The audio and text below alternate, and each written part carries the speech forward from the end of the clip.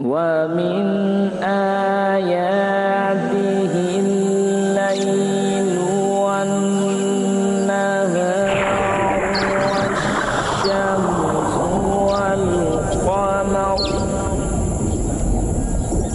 لا تسجدوا للشمس ولا للقمر واسجدوا لله الذي خلقهن إن كنتم إياه تعبدون.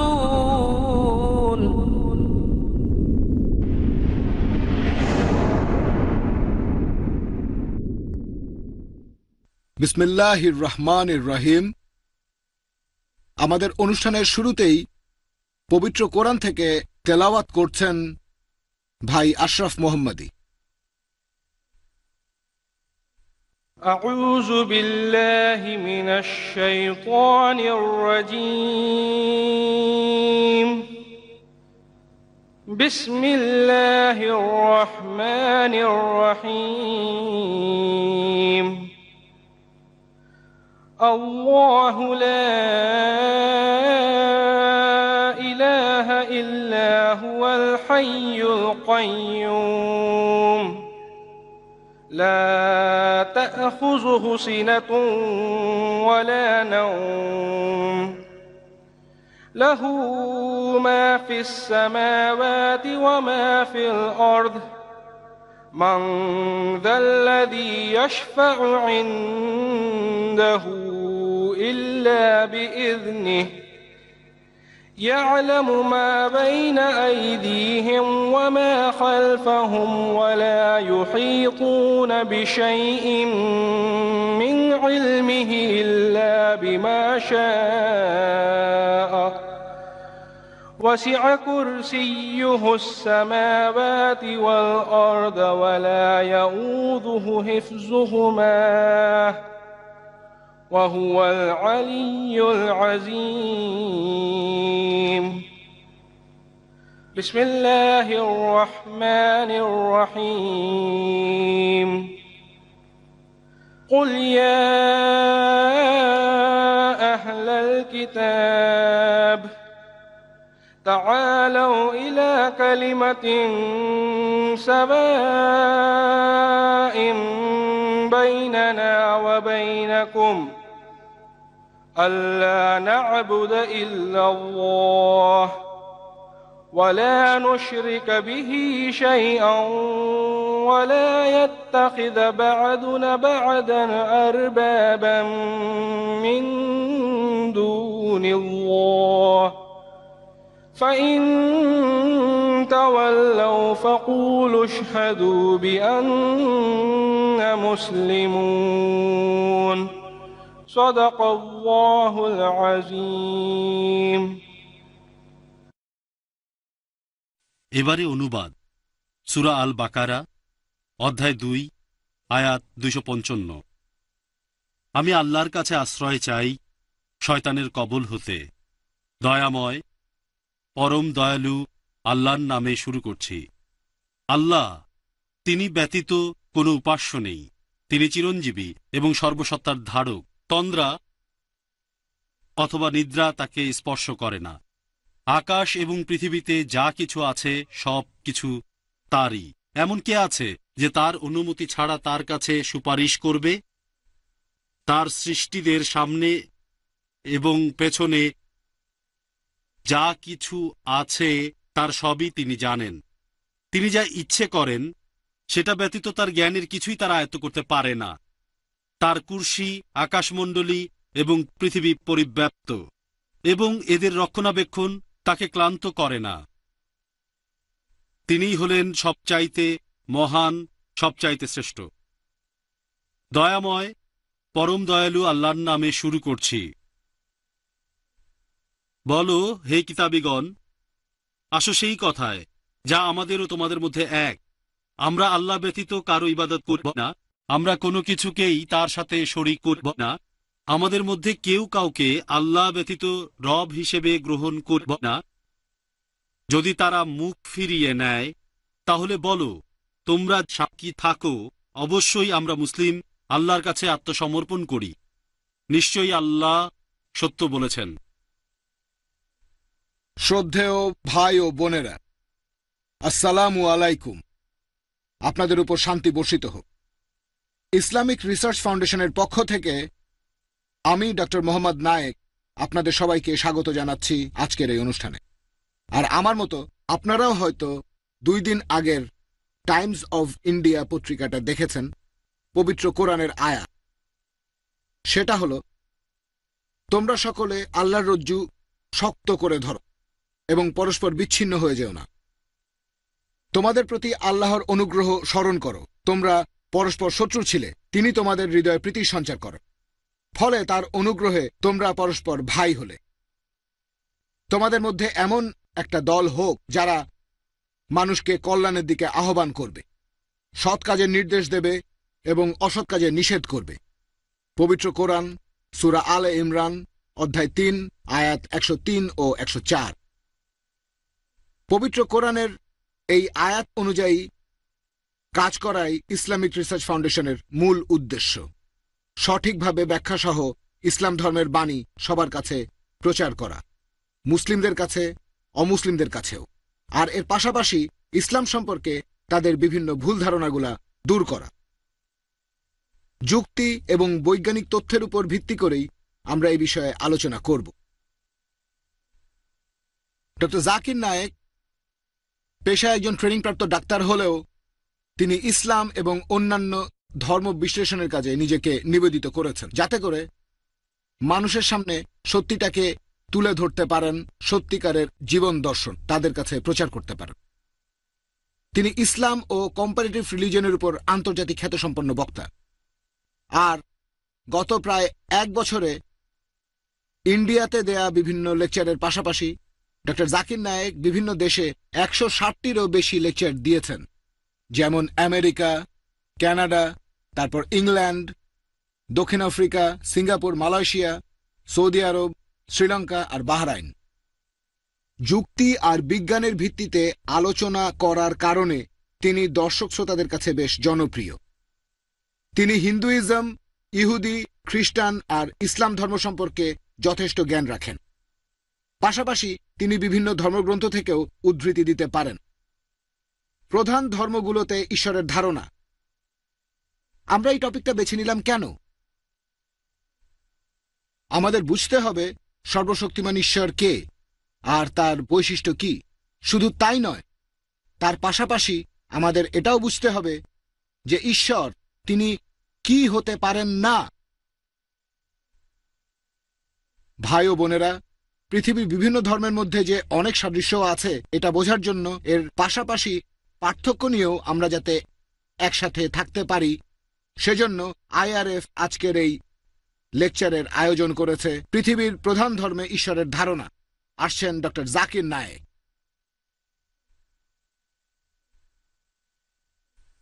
আউযু বিল্লাহি মিনাশ শাইতানির রাজীম। বিসমিল্লাহির রহমানির রহিম। রব্বি ইশরাহ লি সাদরি ওয়া ইয়াসসির লি আমরি ওয়াহলুল উকদাতাম মিন লিসানি ইয়াফকাহু কাওলি।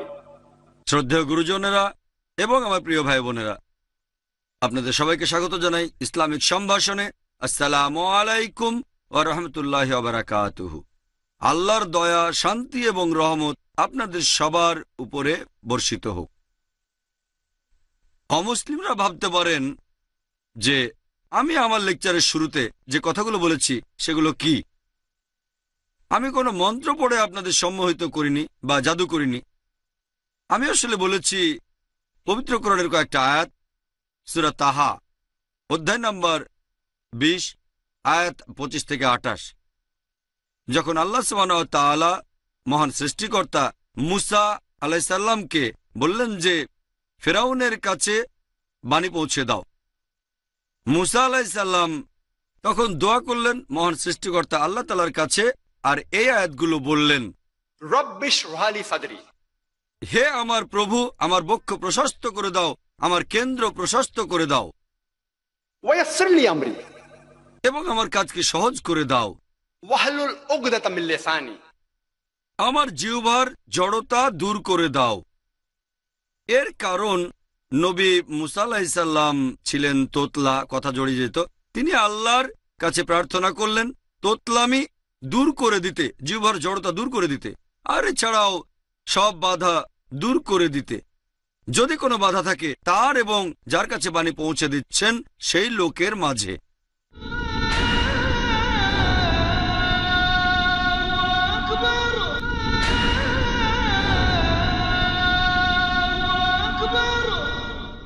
যদি কোনো লোক অন্য ধর্মের উপর লেকচার দিতে যান, তখন যারা সেই লোকের ধর্মের অনুসারী না, তারা ভাবতে পারে যে এই লোক তাদের ধর্মের বিরুদ্ধে কথা বলবে। যেমন ধরেন, একজন হিন্দু লোক, তিনি অন্য কোনো ধর্মের উপর লেকচার দেবেন। যারা হিন্দু না, তারা ভাবতে পারে যে এই লোকটা কথা বলবে আমার ধর্মের বিরুদ্ধে। একজন খ্রিস্টান যদি অন্য ধর্ম নিয়ে কথা বলেন, যারা খ্রিস্টান না, তারা ভাবতে পারে যে এই লোক আমার ধর্মের বিরুদ্ধে কথা বলবে। একইভাবে আমি একজন মুসলিম, যখন আমি অন্য ধর্মের উপর কোনো লেকচার দেই, অমুসলিমরা ভাবতে পারে যে আমি তাদের ধর্মের বিরুদ্ধে কথা বলবো। সেই কারণেই আমি আল্লাহ তাআলার কাছে দোয়া করছি, সৃষ্টিকর্তার কাছে আমার জিহ্বা সাবলীল করে দিতে, তার পাশাপাশি সব রকমের বাধা দূর করে দিতে। মানসিক বা যে কোনো কিছু যদি তেমন বাধা থাকে আমার এবং আপনাদের মাঝে। আজকের এই লেকচারের টপিক হচ্ছে প্রধান ধর্মগুলোতে মহান ঈশ্বরের ধারণা। ধর্ম অক্সফোর্ড ডিকশনারি অনুযায়ী এর অর্থ অতি মানবীয় কোনো নিয়ন্ত্রণ শক্তিতে বিশ্বাস করা, বিশেষ করে একজন ব্যক্তিগত ঈশ্বরকে বা অনেক ঈশ্বরকে, যার বাধ্য থেকে ইবাদত করা উচিত। আমাদের কারি ভাই আশরাফ মোহাম্মদী, তিনি কোরআনের কিছু আয়াত তেলাওয়াত করলেন। সূরা আল ইমরান অধ্যায় নম্বর 3 আয়াত 64 বলা হয়েছে, কুল ইয়া আহলাল কিতাব, বলো হে কিতাবীগণ, তাআলু ইলা কালিমাতিন সাওয়াইন বাইনানা ওয়া বাইনাকুম, এসো সেই কথা যা আমাদের ও তোমাদের মধ্যে এক। প্রথম সাদৃশ্য কি? আল্লা না'বুদা ইল্লাল্লাহ, আমরা আল্লাহ ছাড়া কারো ইবাদত করব না, ওয়ালা নুশরিকা বিহি শাইয়্যান, আমরা কোনো কিছুকেই তার শরীক করব না, ওয়ালা ইয়াত্তাখিযা বা'দুনা বা'দান আরবাবান মিন দুনিল্লাহ, কোনো কিছুকে আমাদের মধ্য থেকে রব বলে গ্রহণ করব না আল্লাহ ব্যতীত। ফাইন তাওয়াল্লাউ, যদি তারা মুখ ফিরিয়ে নেয়, ফাকুলু শাহাদু বলো তোমরা সাক্ষী থাকো বিআন্না মুসলিমুন, অবশ্যই আমরা মুসলিম, আল্লাহর কাছে নিজের ইচ্ছাকে সমর্পণ করি। পবিত্র কোরআনের এই আয়াতটা আমাদের দেখিয়ে দিচ্ছে যে বিভিন্ন ধর্মের মানুষের সাথে কিভাবে কথা বলতে হবে। বলা হয়েছে, তাআলু ইলা কালিমাতিন সাওয়াইন বাইনানা ওয়া বাইনাকুম, এসো সেই কথায় যা তোমাদের ও আমাদের মধ্যে এক। প্রথম সাদৃশ্যটা কি? আল্লা না'বুদা ইল্লাল্লাহ, আমরা আল্লাহ ছাড়া কারো ইবাদত করব না, ওয়ালা নুশরিকা বিহি শাইয়্যান, আমরা কাউকেই তার শরীক করব না। প্রধান যে ধর্মগুলো, সেগুলোর মধ্যে একটা কমন জিনিস আছে, আর সেটা হচ্ছে তারা যে ঈশ্বরের উপাসনা করে, তিনি যেমন তাদের ঈশ্বর, তেমনি তিনি অন্যদেরও ঈশ্বর। যেমন ধরেন, হিন্দুরা যে ঈশ্বরের উপাসনা করে, তারা বিশ্বাস করে তিনি যেমন হিন্দুদের ঈশ্বর, তেমনি যারা হিন্দু না তাদের ঈশ্বর। খ্রিস্টানরা যে ঈশ্বরের উপাসনা করে, তারা বিশ্বাস করে তিনি যেমন খ্রিস্টানদের ঈশ্বর, তেমনি যারা খ্রিস্টান না তাদের ঈশ্বর। একইভাবে আমরা আল্লাহকে বিশ্বাস করি, আল্লাহর ইবাদত করি। আমরা বিশ্বাস করি তিনি যেমন মুসলিমদের আল্লাহ সুবহানাহু ওয়া তাআলা, তেমনি অমুসলিমদেরও আল্লাহ। পৃথিবীর প্রধান ধর্মগুলোকে মোটামুটি দুই ভাগে ভাগ করা যায়, সেমেটিক ধর্ম আর নন সেমেটিক ধর্ম। নন সেমেটিক ধর্মগুলোকে ভাগ করা যায় আর্য ধর্ম আর অনার্য ধর্ম, এই দুই ভাগে। সেমেটিক ধর্মগুলো হচ্ছে সেই ধর্ম যেগুলো অনুসরণ করে সেমাইটসরা। এই সেমাইটস কারা? সেমাইটসরা হচ্ছে শেমের বংশধর। তিনি ছিলেন নূহ নবীর ছেলে, আল্লাহ তাকে শান্তিতে রাখুন। একথা বাইবেলে বলা আছে, বুক অব জেনেসিস 5 নম্বর থেকে 11 নম্বর অধ্যায়। তাহলে সেমেটিক ধর্ম হচ্ছে সেই ধর্মগুলো যেগুলো মেনে চলে ইহুদিরা, মেনে চলে আরবরা, মেনে চলে আসিরিয়ানরা আর ফিনিশিয়ানরা। তাদের ভাষা হচ্ছে হিব্রু, অ্যারামাইক, আরবি, অ্যাকেডিয়ান, ফিনিশিয়ান ইত্যাদি। সেমেটিক ধর্মগুলোর মধ্যে প্রধান হচ্ছে ইহুদি ধর্ম, খ্রিস্টান ধর্ম এবং ইসলাম। এই সবগুলো ধর্ম নবী রাসূলের মাধ্যমে এসেছে। এখন নন সেমেটিক ধর্ম প্রধানত দুই প্রকার, আর্য ধর্ম এবং অনার্য ধর্ম। আর্য ধর্ম যে ধর্মগুলো অনুসরণ করে আর্যরা, ইন্দো ইউরোপিয়ান ভাষায় কথা বলা একটা সম্প্রদায় যারা বসবাস করে ইরান এবং উত্তর ইন্ডিয়ায়। খ্রিস্টপূর্ব দ্বিতীয় সহস্রাব্দের প্রথম অর্ধাংশে, তার মানে খ্রিস্টপূর্ব ২৫০ থেকে ২০০০-এর মধ্যে। আর্য ধর্ম আবার দুই প্রকার, বেদিক ধর্ম ও নন বেদিক ধর্ম। বেদিক ধর্ম হচ্ছে ব্রাহ্মণিজম, যেটাকে অনেকে ভুল নামে বলে হিন্দুইজম। নন বেদিক ধর্মগুলো হচ্ছে শিখ ধর্ম, বৌদ্ধ ধর্ম, জৈন ধর্ম ইত্যাদি। অনার্য কিছু ধর্ম আছে, সেগুলোর উৎপত্তি হয়েছে চীন দেশে, যেমন তাওইজম, কনফুসিয়ানিজম ইত্যাদি। কিছু ধর্মের উৎপত্তি জাপানে, যেমন শিন্টোইজম ইত্যাদি। তবে এর বেশিরভাগ ধর্মেই ঈশ্বর সম্পর্কে কিছুই বলা হয়নি। সেজন্য এগুলোকে ধর্ম না বলে এক ধরনের নীতিশাস্ত্র বলাই ভালো। আজকে আমার এই লেকচার সম্পর্কে যদি বলতে হয়, আমি পৃথিবীর প্রধান ধর্মগুলোতে ঈশ্বরের ধারণা সম্পর্কে বলবো, সেটা সেমিটিক আর আর্য ধর্মের উপর। ঈশ্বর সম্পর্কে সঠিক ধারণা পেতে হলে সবচেয়ে ভালো আর সঠিক উপায়টা হচ্ছে যে সেই ধর্মের গ্রন্থগুলোকে বিশ্লেষণ করা আর ঈশ্বর সম্পর্কে কি বলা হয়েছে সেটা বোঝার চেষ্টা করা। অনুসারীদের কাজ দেখে কোনো ধর্মের ঈশ্বরের ধারণা পাওয়ার চেষ্টা করাটা সবসময় সঠিক হয় না, কারণ বেশিরভাগ অনুসারী জানে না তাদের ধর্মগ্রন্থে মহান ঈশ্বর সম্পর্কে কি বলা হয়েছে। আসুন আজকে আমরা প্রধান ধর্মগুলোর ঈশ্বরকে বোঝার চেষ্টা করি, তাদের বিভিন্ন ধর্মগ্রন্থ বিশ্লেষণ করে। প্রথমে আলোচনা করব আর্য ধর্ম নিয়ে। হিন্দুইজম হচ্ছে আর্য ধর্মগুলোর মধ্যে সবচেয়ে বেশি জনপ্রিয় ধর্ম। যদি কোনো সাধারণ হিন্দুকে জিজ্ঞেস করেন সে কতজন ঈশ্বর বা দেবতা বিশ্বাস করে, কেউ বলবে ৩ জন, কেউ বলবে ৩৩ জন, কেউ বলবে ১০০০ জন, আবার কেউ হয়তো বলবে যে ৩৩ কোটি দেবদেবীতে বিশ্বাস করি। তবে যদি কোনো জ্ঞানী হিন্দুকে জিজ্ঞেস করেন যে তার ধর্মগ্রন্থ সম্পর্কে জানে, সে আপনাকে বলবে যে হিন্দুদের আসলে উচিত মাত্র একজন ঈশ্বর বিশ্বাস করা। একজন সাধারণ হিন্দু আর একজন মুসলিমের মধ্যে পার্থক্যটা হচ্ছে একজন সাধারণ হিন্দু একটা মতবাদে বিশ্বাস করে যেটাকে বলা হয় প্যান্থাইজম। তার মানে সবকিছু ঈশ্বর, গাছ ঈশ্বর, সূর্য ঈশ্বর, চাঁদ ঈশ্বর, সাপ ঈশ্বর, বাঁদর ঈশ্বর, এমনকি মানুষও ঈশ্বর। আমরা মুসলিমরা বিশ্বাস করি যে সবকিছু হচ্ছে ঈশ্বরের। ঈশ্বর শব্দের সাথে এর যুক্ত হয়েছে। সবকিছুর মালিক ঈশ্বর, গাছের মালিক ঈশ্বর, সূর্যের মালিক ঈশ্বর, চাঁদের মালিক ঈশ্বর, সাপের মালিক ঈশ্বর, বাঁদরের মালিক ঈশ্বর, মানুষের মালিকও ঈশ্বর।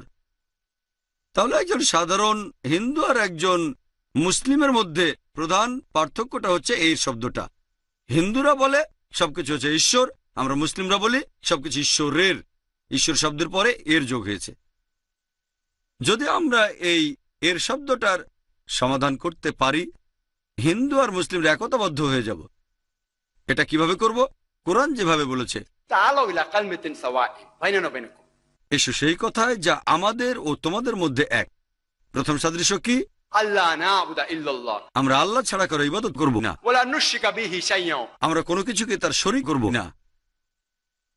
তাহলে আসুন এবার আমরা হিন্দু ধর্মগ্রন্থ বিশ্লেষণ করে সে ধর্মের ঈশ্বরকে বোঝার চেষ্টা করি।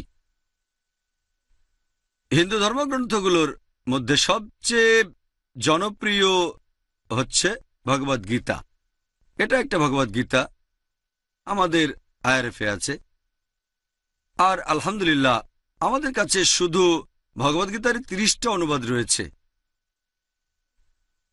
ভগবদ্গীতা বলছে অধ্যায় নম্বর 7 অনুচ্ছেদ নম্বর 20, যাদের বোধশক্তিকে হরণ করেছে জাগতিক আশা এবং আকাঙ্ক্ষা, তারা নকল ঈশ্বরের উপাসনা করে। তার মানে বস্তুবাদী লোকজন নকল ঈশ্বরের উপাসনা করে, অর্থাৎ সত্যিকারের ঈশ্বরের উপাসনা করে না। উপনিষদ এগুলো হিন্দু ধর্মের পবিত্র ধর্মগ্রন্থ। এটা উল্লেখ করা হয়েছে ছান্দোগ্য উপনিষদে 6 নম্বর অধ্যায় 2 নম্বর অনুচ্ছেদ 1 নম্বর পরিচ্ছেদ। एकम एव द्वितीयम। ঈশ্বর কেবলমাত্র একজনই, দ্বিতীয় কেউ নেই। তার মানে ঈশ্বর মাত্র একজনই, তার কোনো অংশীদার নেই, তিনি একা। পবিত্রকরণে একই কথা বলছে। এটা আছে সূরা ইখলাস অধ্যায় নম্বর 112 আয়াত নম্বর 1। कुल हुवल्लाहु अहद। বলো তিনি আল্লাহ এক এবং অদ্বিতীয়। এরপর উল্লেখ করা হচ্ছে শ্বেতাশ্বেতার উপনিষদে 6 নম্বর অধ্যায়ের 9 নম্বর অনুচ্ছেদ, ना कस्य कसजी जनिता न कदिपा। যার অর্থ মহান ঈশ্বরের পিতা মাতা নেই, কোনো প্রভুও নেই, তার কোনো বাবা মা নেই, তার কোনো প্রভু নেই। তার মানে তিনি একাই যথেষ্ট, তিনি অন্য কারো উপর নির্ভরশীল নন। পবিত্র কোরআন বলছে সূরা ইখলাস অধ্যায় নম্বর 112 আয়াত নম্বর 3, लम यलिद वलम यूलद।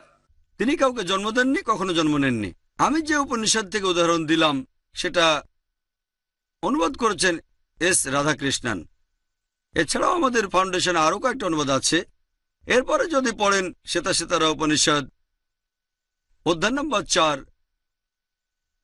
19 নম্বর অনুচ্ছেদ বলা হয়েছে ना तस्य प्रतिमा अस्ति। ঈশ্বরের সমতুল্য আর কেউ নেই। পবিত্র কোরআনে একই কথা আছে সূরা ইখলাস অধ্যায় নম্বর 112 আয়াত নম্বর 4, वलम यकुल लहु कुफुवन अहद। তাঁর সমতুল্য আর কিছুই নেই। শ্বেতাশ্বেতারা উপনিষদের পরের অনুচ্ছেদেই বলা হয়েছে 4 নম্বর অধ্যায়ের 20 নম্বর অনুচ্ছেদ যে তার আকার কখনো দেখা যায় না, কোনো মানুষ নিজের চোখে তাকে দেখতে পাবে না। পবিত্র কোরআনে ঠিক একই ধরনের কথা বলা হয়েছে সূরা আনাম অধ্যায় নম্বর 6 আয়াত নম্বর 103। দৃষ্টি তাকে ধারণ করতে পারে না, কিন্তু তিনি সকল দৃষ্টিকে ধারণ করেন। তিনি আমাদের বোঝার ঊর্ধ্বে, তারপরও তিনি সকল বিষয়ে সম্যক পরিজ্ঞা।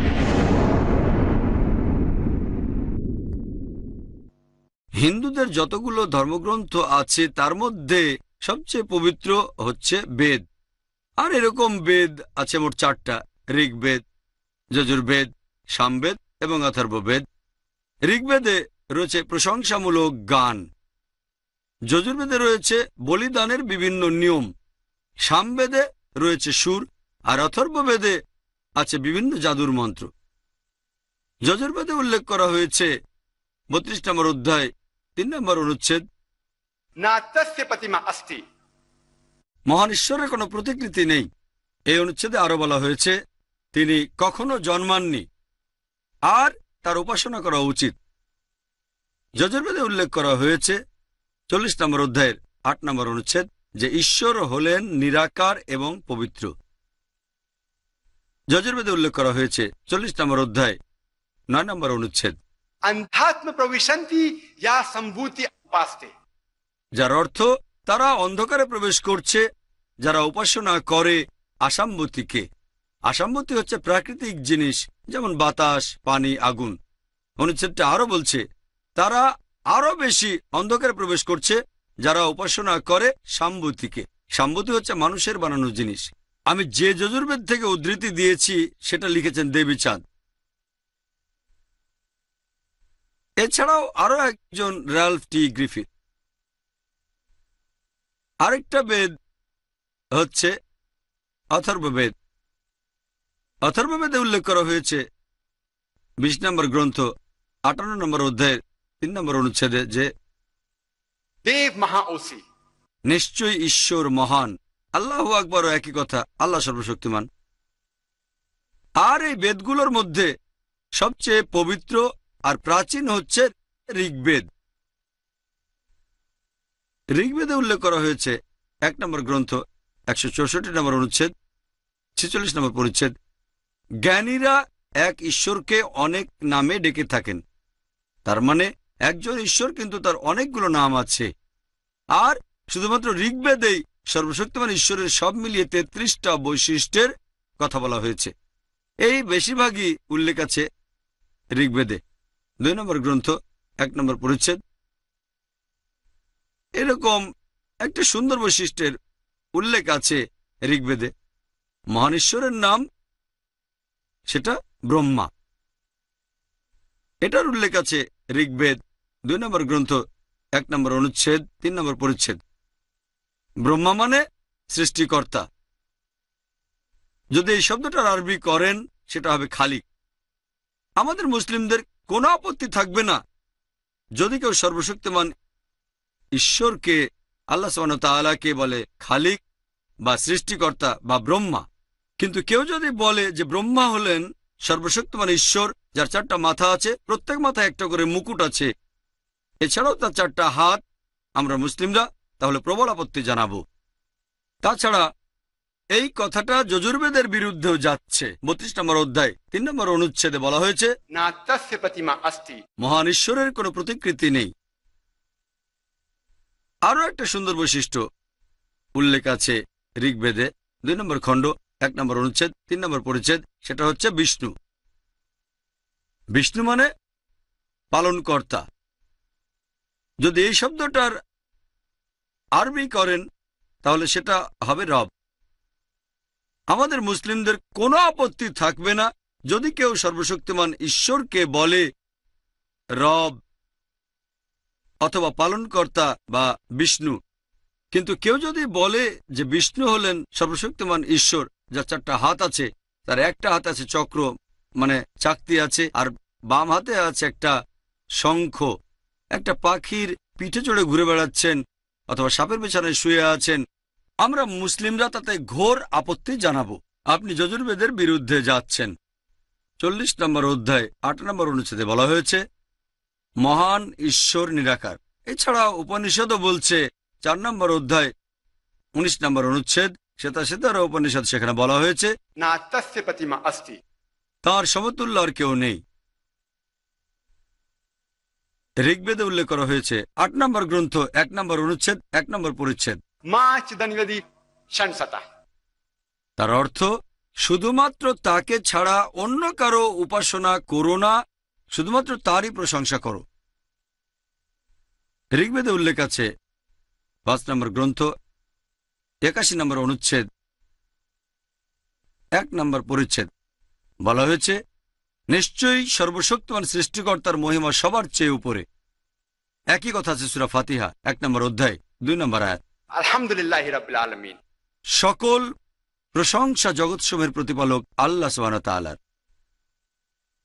এছাড়া উল্লেখ আছে ঋগ্বেদে 3 নম্বর গ্রন্থ 34 নম্বর অনুচ্ছেদ 1 নম্বর পরিচ্ছেদ, বলা হয়েছে তিনি উদার হয়ে দান করেন। এছাড়া উল্লেখ আছে যজুর্বেদ 40 নম্বর অধ্যায় 16 নম্বর অনুচ্ছেদ, বলা হয়েছে যে আমাদের ভালো পথ প্রদর্শন করো এবং আমাদের সেই পাপ থেকে রক্ষা করো যে পাপের জন্য আমরা বিপথে গিয়ে ধ্বংস হতে পারি।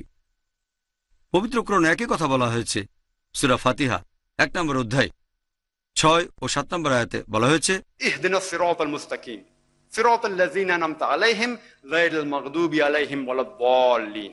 আমাদের সরল পথ প্রদর্শন করো, তাদের পথ যাদেরকে তুমি অনুগ্রহ দান করেছো, তাদের পথ যারা পথভ্রষ্ট হয়ে যায়নি। ঋগ্বেদে উল্লেখ আছে 6 নম্বর গ্রন্থ 45 নম্বর অনুচ্ছেদ 16 নম্বর পরিচ্ছেদ, ইয়া ইত মুশতিহি, শুধু তার প্রশংসা করো যিনি অতুলনীয় এবং কেবলমাত্র একজন।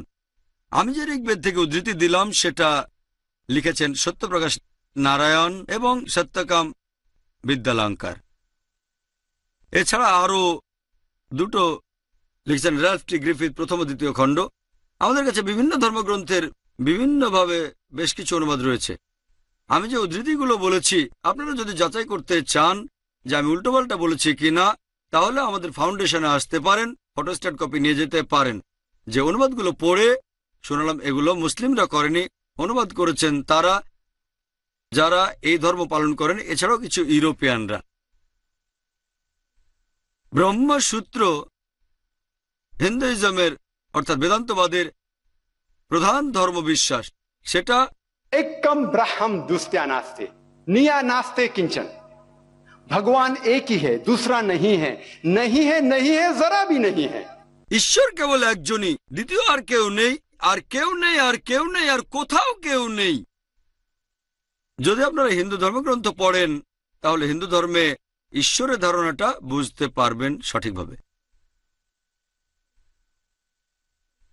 আসুন এবারে আমরা শিখ ধর্মে ঈশ্বরের ধারণাটা দেখি। শিখ ধর্ম এটা একটা নন সেমেটিক, আর্য এবং নন বেদিক ধর্ম। যদিও এই ধর্মের অনুসারীর সংখ্যা প্রধান ধর্মের অনুসারীদের তুলনায় অনেক কম, এটার উৎপত্তি আসলে হিন্দুইজম থেকে।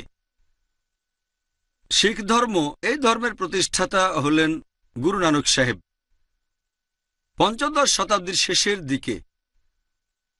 যে জায়গায় ধর্মটার উৎপত্তি সেটা পাকিস্তান আর উত্তর পশ্চিম ইন্ডিয়ার দিকে, অর্থাৎ পাঞ্জাব, তার মানে 5 নদীর দেশ। আর এই ধর্ম যার প্রতিষ্ঠাতা ছিলেন গুরু নানক সাহেব, এটা আসলে 10 জন গুরুর ধর্ম। প্রথম গুরু যিনি ধর্মের প্রতিষ্ঠাতা অর্থাৎ গুরু নানক সাহেব, আর সর্বশেষ ও 10ম গুরু হলেন গুরু গোবিন্দ সাহেব। গুরু নানক জন্মেছিলেন ক্ষত্রিয় পরিবারে অর্থাৎ যোদ্ধা পরিবারে, তবে মুসলিমরা তাকে প্রভাবিত করেছিল অনেক। শিখ এই শব্দটা এসেছে সিসিয়া থেকে, যার অর্থ শিষ্য বা অনুসরণকারী। আর শিখদের পবিত্র যে ধর্মগ্রন্থ সেটা শ্রী গুরু গ্রন্থ সাহেব।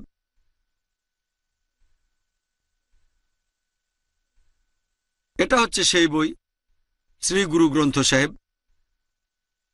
একজন শিখকে 5টা ক পালন করতে হবে।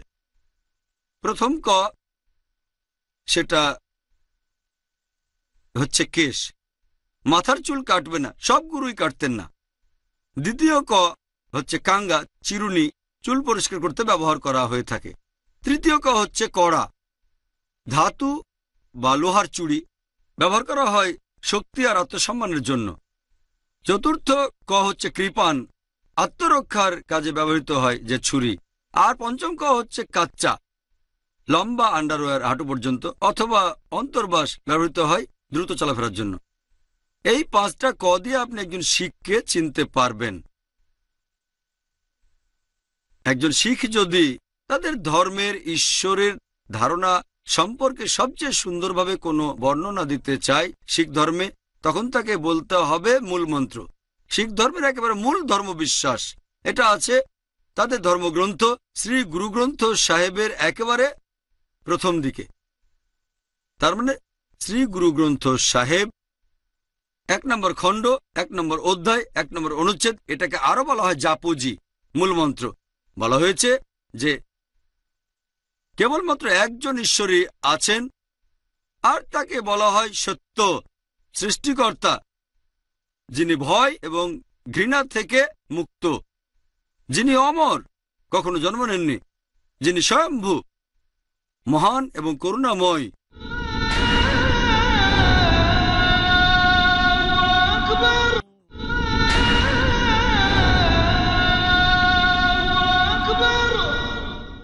শিখ ধর্ম কঠোরভাবে এক ঈশ্বরে বিশ্বাস করে, আর সর্বশক্তিমান ঈশ্বর তাকে পরোক্ষভাবে বলা হয় এক ওমকারা, আর প্রত্যক্ষ রূপে তাকে বলা হয় ওমকারা। আর গুরু গ্রন্থ সাহেবে ঈশ্বরের এই প্রত্যক্ষ রূপ বা ওমকারার বেশ কিছু বৈশিষ্ট্যের কথা বলা হয়েছে, আর সেখানে ঈশ্বরকে বলা হয়েছে কর্তার, সৃষ্টিকর্তা, আকাল, চিরস্থায়ী, সত্যনামা, যিনি পবিত্র, সাহেব, প্রভু, পরওয়ারদিগার, পালনকর্তা, রহিম, করুণাময়, করিম, পরোপকারী। এছাড়াও ঈশ্বরকে বলা হয়েছে ওয়াহে গুরু, একমাত্র সত্যিকারের প্রভু, একমাত্র সত্যিকারের ঈশ্বর। শিখ ধর্ম এক ঈশ্বরে বিশ্বাস করার পাশাপাশি একই সাথে আবার অবতারবাদের বিরুদ্ধেও আছে, যে ঈশ্বর মানুষের রূপ নিয়ে পৃথিবীতে আসে। তারা এটা মানে না যে ঈশ্বর মানুষের রূপ নিয়ে পৃথিবীতে আসতে পারে। এছাড়াও তারা মূর্তি পূজার বিরুদ্ধে। গুরু নানক তাকে অনেকখানি প্রভাবিত করেছিল সন্ত কবির। আর আপনারা যদি পড়েন গুরু গ্রন্থ সাহেব, সেখানে অনেকগুলো অধ্যায়, অনেক দোহাস আছে সন্ত কবিরের। সন্ত কবিরের এরকম একটা বিখ্যাত দোহাস হচ্ছে, दुख में सुमिरन सब करे, सुख में करे न कोई। जो सुख में सुमिरन करे तो दुख काय होए। সবাই বিপদের সময় ঈশ্বরকে স্মরণ করে থাকে, কেউ সুখ আর শান্তির সময় ঈশ্বরকে স্মরণ করে না। যে ঈশ্বরকে সুখ এবং শান্তির সময় স্মরণ করে, সে কেন বিপদে পড়বে? পবিত্র কোরআনে একই ধরনের কথা আছে। সূরা জুমার অধ্যায় নম্বর 39 আয়াত নম্বর 8, যে মানুষকে যখন দুঃখ দৈন্য স্পর্শ করে তখন সে তার প্রতিপালককে ডাকে, তার কাছে অনুশোচনা করে। পরে যখন আল্লাহ তার প্রতি অনুগ্রহ করে থাকেন, সেই মানুষ ভুলে যায় সে কান্নাকাটি করে প্রার্থনা করেছিল এবং সে দাঁড় করায় তখন আল্লাহ সুবহানাহু ওয়া তাআলার সমকক্ষ। আসুন এবার ভালো করে দেখে জোরাস্ট্রিনিজমে মহান ঈশ্বরের ধারণাটা। জোরাস্ট্রিনিজম একটা নন সেমেটিক, আর্য এবং নন বেদিক ধর্ম। এটার সাথে হিন্দুইজমের কোনো সম্পর্ক নেই। এই ধর্মটা নবীর মাধ্যমে এসেছে। জোরাস্ট্রিনিজম, একে আরো বলা হয় পার্সিজম। আর এই ধর্মের প্রতিষ্ঠাতা হবেন নবী জরথুস্ট্র। এটা পারস্য দেশের একটা প্রাচীন ধর্ম, প্রায় 2500 বছরের পুরনো। আর তাদের পবিত্র ধর্মগ্রন্থ হচ্ছে দশাতির এবং আবেস্তা। দশাতির, এটারও দুটো ভাগ আছে, খুরদা দশাতির এবং কালান দশাতির। আবার আবেস্তাকেও দুই ভাগে ভাগ করা যায়, খুরদা আবেস্তা এবং কালান আবেস্তা, মহা আবেস্তা বা জেন্দ আবেস্তা। এটা হচ্ছে এই আবেস্তার একটা কপি, একটা খণ্ড আবেস্তার। এছাড়াও আবেস্তার আরো কিছু অনুবাদ আপনারা আমাদের IRF-এ পাবেন। জোরাস্ট্রিয়ানরা, পার্সিরা মহান ঈশ্বরকে বলে আহুরা মাজদা। আহুরা মানে প্রভু, ঈশ্বর। মাজদা মানে জ্ঞানী। আহুরা মাজদা মানে জ্ঞানী প্রভু, জ্ঞানী ঈশ্বর। আর দশাতীরে ঈশ্বরের অনেকগুলো নাম আর বৈশিষ্ট্যের কথা আছে।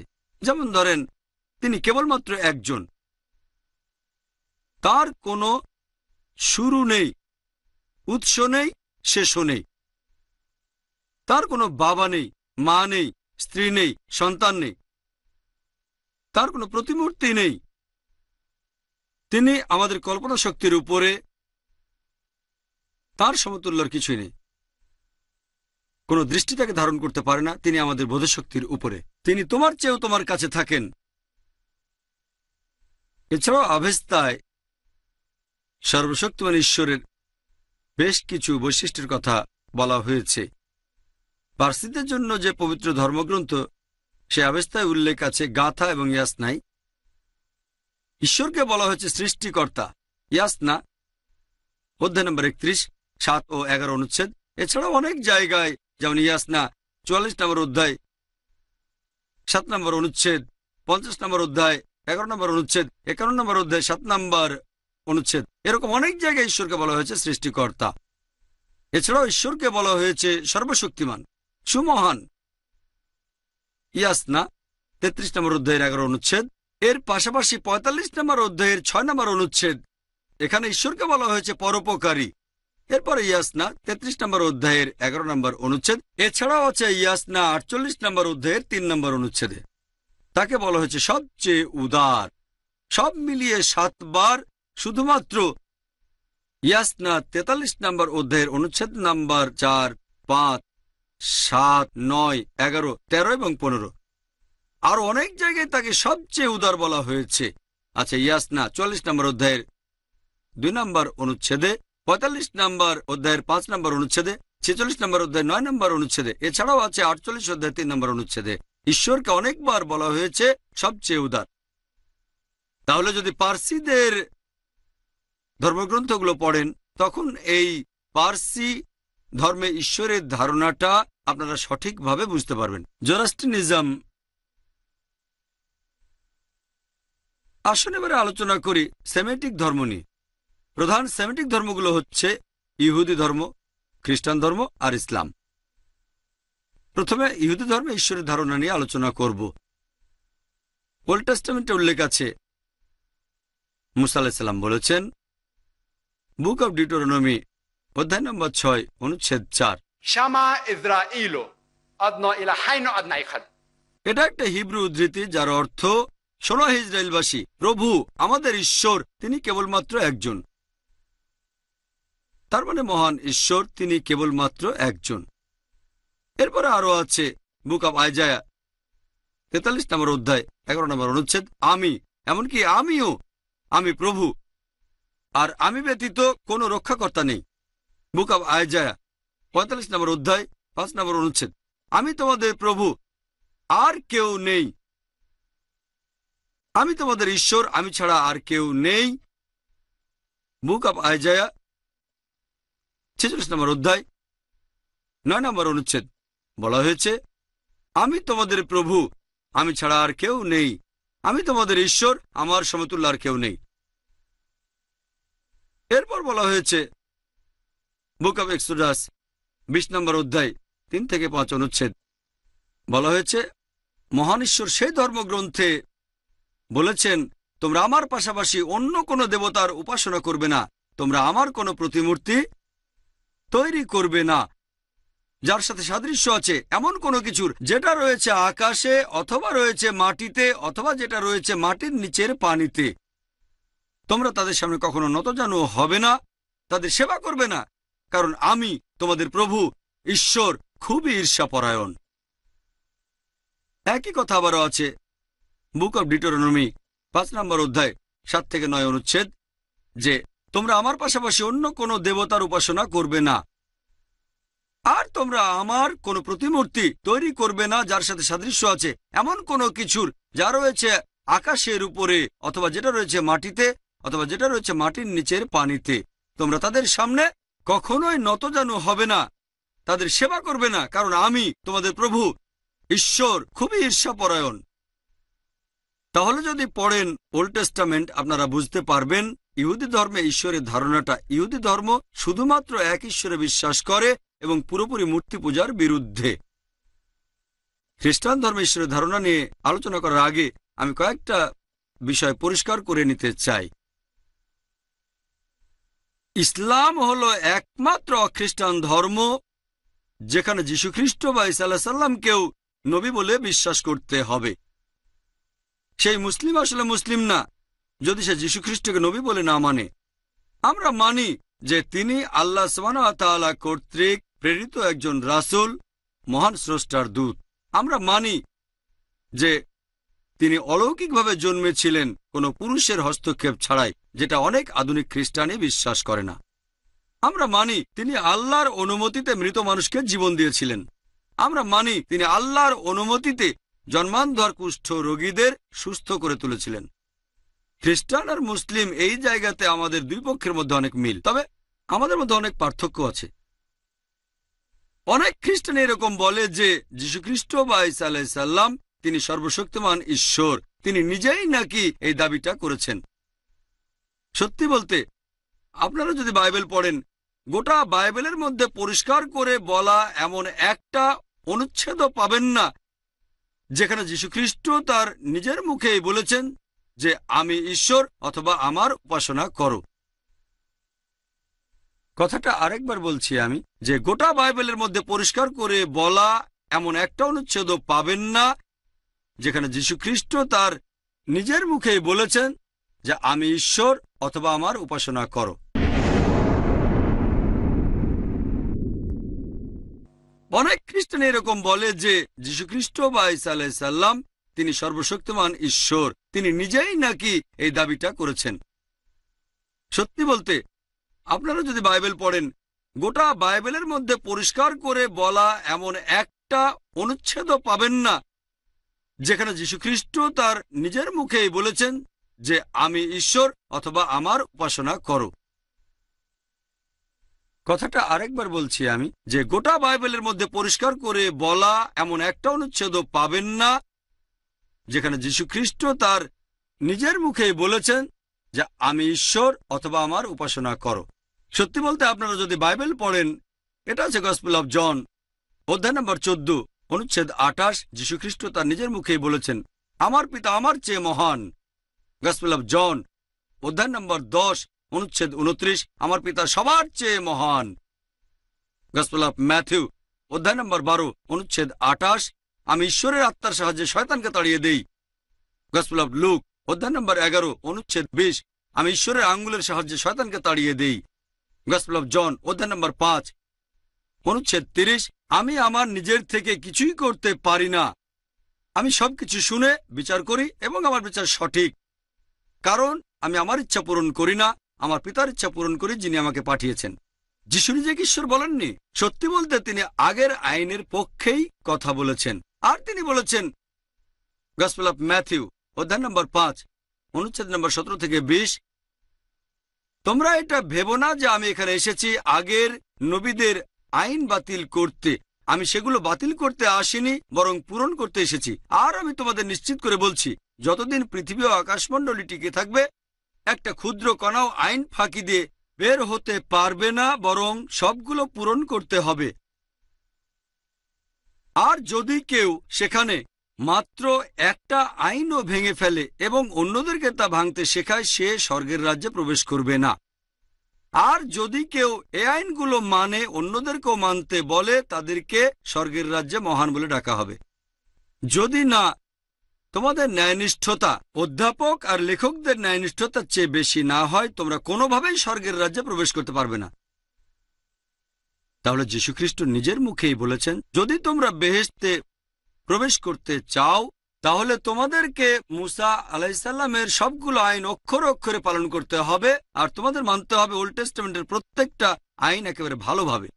আমি আগে যে অনুচ্ছেদটা বলেছি যে ঈশ্বর কেবলমাত্র একজন, এবং তোমরা কেউ মূর্তি পূজা করবে না, আর তোমরা ঈশ্বরের কোনো প্রতিমূর্তি তৈরি করবে না। যীশুখ্রিস্ট আসলে কখনোই বলেননি তিনি ঈশ্বর। সত্যি বলতে তিনি বলেছেন তাকে পাঠিয়েছেন ঈশ্বর, তিনি আল্লাহর প্রেরিত রাসূল। এটা আছে গসপেল অফ জন অধ্যায় নম্বর 14 অনুচ্ছেদ নম্বর 24, তোমরা যে কথা শুনছো সেগুলো আমার না, এগুলো আমার পিতার কথা যিনি আমাকে পাঠিয়েছেন।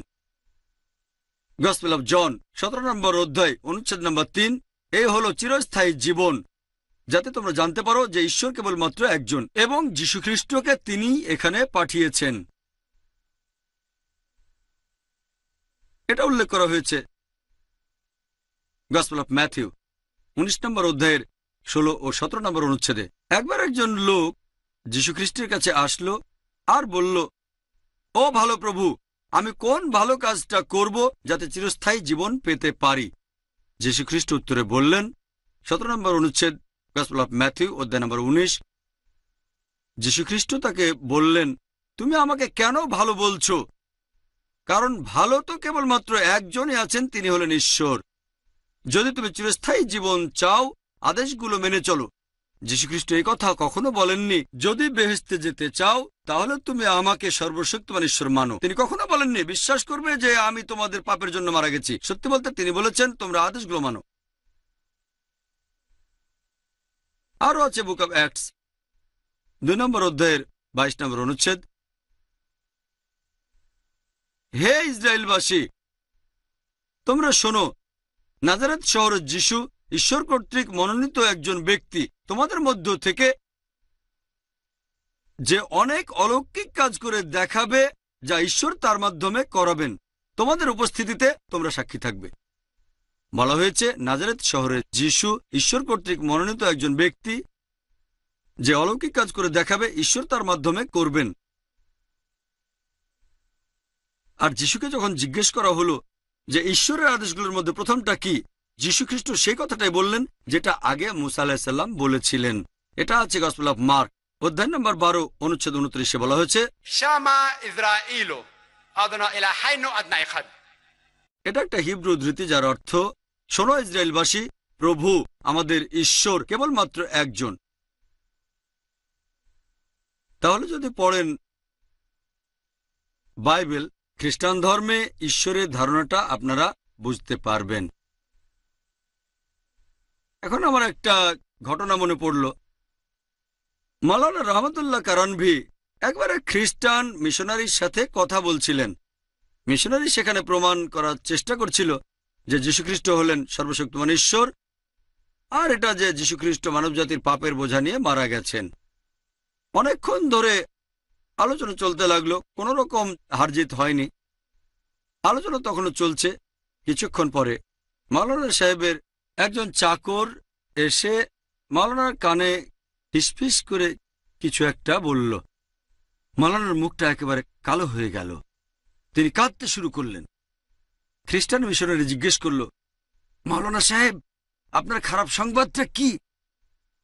মাওলানা সাহেব খুবই দুঃখ ভাব নিয়ে বললেন, আমার চাকর আমাকে সবেমাত্র এই খবরটা দিয়ে গেল। সে জানালো যে ফেরেশতা জিবরাইল আলাইহিস সালাম মারা গেছেন। খ্রিস্টান মিশনারি তখন জোরে জোরে হাসতে লাগলো। মাওলানা সাহেব, আপনি তো অনেক বুদ্ধিমান একজন লোক, এরকম আজগুবি কথায় আপনি কেন বিশ্বাস করছেন?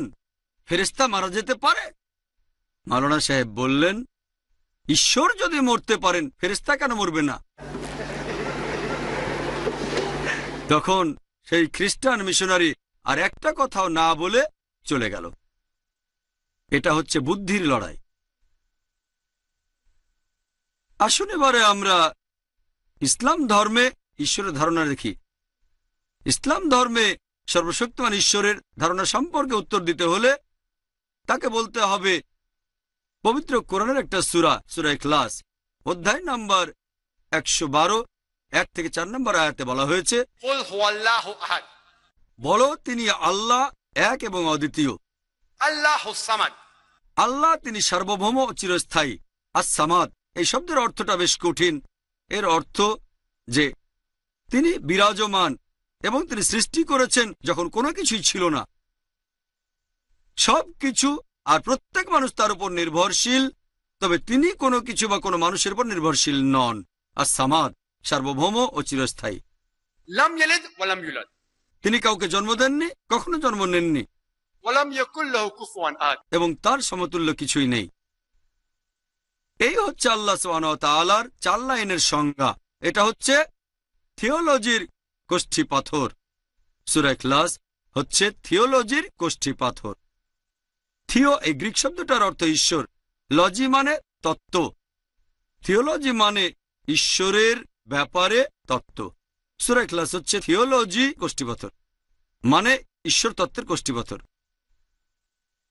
যদি কেউ সোনার কোনো গয়নাগাঠি কিনতে বা বিক্রি করতে চায়, প্রথমে সে গহনাটা যাচাই করে নেয়।